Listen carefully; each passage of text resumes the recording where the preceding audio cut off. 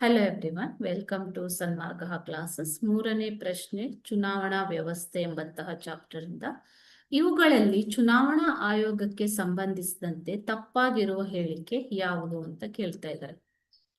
Option A, 1993ರಿಂದ ಚುನಾವಣಾ ಆಯೋಗವು ಒಬ್ಬ ಮುಖ್ಯ ಚುನಾವಣಾ ಆಯುಕ್ತರು ಮತ್ತು ಇಬ್ಬರು ಚುನಾವಣಾ ಆಯುಕ್ತರನ್ನ ಹೊಂದಿದೆ. ಓಕೆ. ಆಪ್ಷನ್ ಬಿ, ಮುಖ್ಯ ಚುನಾವಣಾ ಆಯುಕ್ತರು ಹೆಚ್ಚು ಅಧಿಕಾರವನ್ನ ಹೊಂದಿರುತ್ತಾರೆ. ಆಪ್ಷನ್ ಸಿ, ಮುಖ್ಯ ಚುನಾವಣಾ ಆಯುಕ್ತರು ಹಾಗೂ ಇತರೆ ಆಯುಕ್ತರು ಸಮಾನ ಅಧಿಕಾರವನ್ನ ಹೊಂದಿರುತ್ತಾರೆ. ಆಪ್ಷನ್ ಡಿ, ಆಯುಕ್ತರುಗಳು ಬಹುಮತದ ಆಧಾರದ ಮೇಲೆ ತೀರ್ಮಾನ ತೆಗೆದುಕೊಳ್ಳಬೇಕು. ಸೊ ಇದರಲ್ಲಿ ತಪ್ಪಾದ ಹೇಳಿಕೆ ಯಾವುದು ಅಂತಂದ್ರೆ, ಮುಖ್ಯ ಚುನಾವಣಾ ಆಯುಕ್ತರು ಹೆಚ್ಚು ಅಧಿಕಾರವನ್ನ ಹೊಂದಿರುತ್ತಾರೆ ಅಲ್ಲ.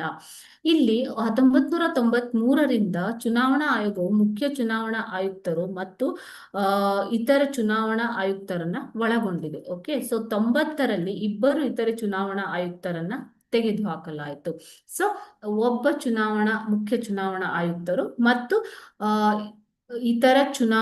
ಇಬ್ಬರು ಚುನಾವಣಾ ಆಯುಕ್ತರನ್ನ ಹೊಂದಿದೆ ಮಕ್ಕಳೇ. ಓಕೆ.